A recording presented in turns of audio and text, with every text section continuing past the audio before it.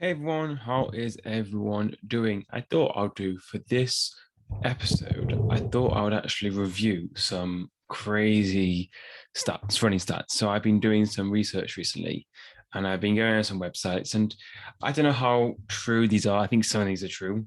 But I just thought some of these were really mind blowing. So I just thought I'll go, you know what? There's around eight crazy stats here and let's review them. And then I can think about my thoughts and in the comments below or send us a message, see what your opinion is on these statistics. Do you think they're actually, you were not expecting that?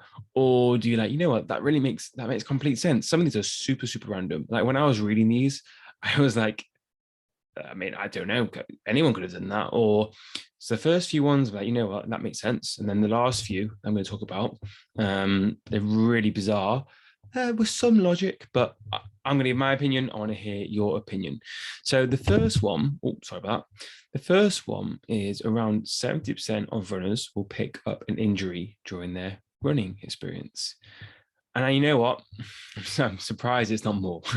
I'm not surprised it's not more. And it's the important thing about this is if I feel like for a lot of people who are at the beginning of their journey, it's for more for beginners who are going to get injured because it's new, it's exciting, you're going to go again. It may be the first time you're working out and it's something you enjoy, you get the running bug.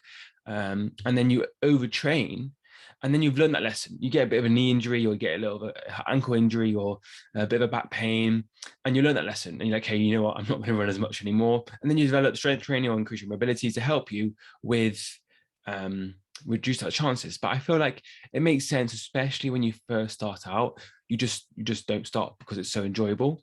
So I'm not surprised it's 70. I thought it'd be more. I thought it'd be like 80%, 90% people, especially when you think about it, everyone kind of gets injured at some point, even if it's any exercise.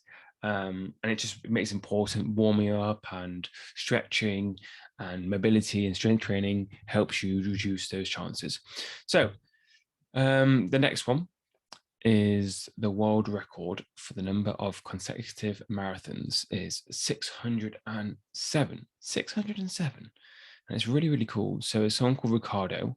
And between October 2010 and May 2012, Ricardo completed 607 consecutive marathons, which is just under 16,000 miles. Wow, that's crazy. Wow. Me thinking I did a London Marathon once in 2017, third youngest. It took me 8 months to train, and he had 607 of them over a period of time, over 2 years. Credit. Some people, he would have trained hard. The journey he would have went through. I think he said, yeah, he says here, never again experience, and I don't blame him. That's a great Guinness World Record. Impressive. Did not think that's even possible. When I see someone saying 2 days a week, 2 days each, two marathons, 2 days, I'm like, that's really one marathon, 10K, everything's impressive. Just it's like, wow, that is impressive. So the next ones are going to be like, that's how. So obviously there's a running study here that there's a world organization who have statistics like just like general statistics for the population and stuff, but this is more for running base. And one of the statistics they mentioned, and there's a few of these now, Norway and Denmark have the biggest amount of 10K runners in the world compared to others, compared to other distances. So 10K runners, a lot of them come from Norway and Denmark, which I don't know, surprising fact for me. It's always curious to hear these statistics because at the end of the day, obviously I'm from UK challenges and I challenge myself from around the world. Majority are from UK, America. So it's really interesting to see actually there's so much running in different countries, but it's really interesting to see the amount of runners there are in France and in other countries. The reason why I said France there is because it's one of the next stats. And exactly the same stat before, but for half marathon runners, it's France and Czech Republic. So the majority of half marathon runners in the world come from France and Czech Republic. I don't know how they do this statistic, because it's kind of hard to kind of get to that point. But you know what? It's exactly the same as loads of other statistics. It's kind of crazy. So France and Czech Republic have the most half marathon runners in the world. That's a cool fact. This one surprised me because I thought this would be, obviously you see on marathons and stuff, the countries who are leading the race, and this that really surprised me. So Switzerland have the fastest marathon runners in the world with an average time of 3 hours and 50 minutes. Now this stat was in 2019, so 2019, 3 years ago. Things have changed, but that's kind of crazy. Now, I don't know. Again, this is from Run Repeats Marathon Statistics. So clearly, maybe they've got all like the professional body marathons and made an average, but that's the average. So Switzerland runners, if you live in Switzerland, I mean, probably a lovely place to run around, so I don't blame you. That's the average time. I know the fastest marathon runners, yeah. Number 8, so the slowest.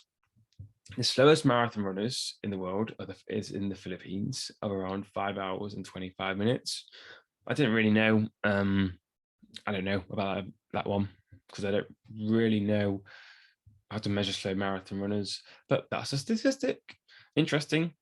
And the last statistic is the fastest ultra marathon runners. This is crazy. The fastest ultra marathon races come from South Africa with an average of 10 minutes and 36 seconds per mile. That's obviously according to Run Repeats Ultra Marathon 2020 report. So that's really interesting. What I love about this is it's got a variety around the whole world, because you've obviously got an African country dominating the ultra marathons. You've got a lot more European doing the shorter distances. I don't know where Ricardo is from with the consecutive thing, but what I love about this is that it's just because running is such a worldwide type of exercise, and actually not just an exercise, a sport, of course. It's really good to see that it's around the world. It's a lovely worldwide community. And it's not just, in some sports you see one country dominating, like obviously in American sports. American teams are always a lot stronger. American sport, American football, basketball, compared to the rest of the world, they're dominant. You could argue that a lot more European, UK football teams are a lot more better than the rest of the world. So many sports like that, because obviously the opportunities, because there's so many factors. So what I love about running is you've got such a variety around the whole world.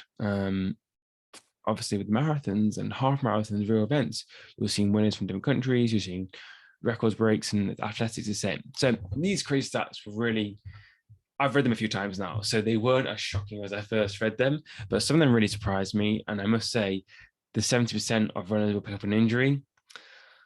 It makes sense. I reckon in the community group that I challenged myself, I reckon if I did a poll, I reckon it'll be around 70%. So that's a pretty good one.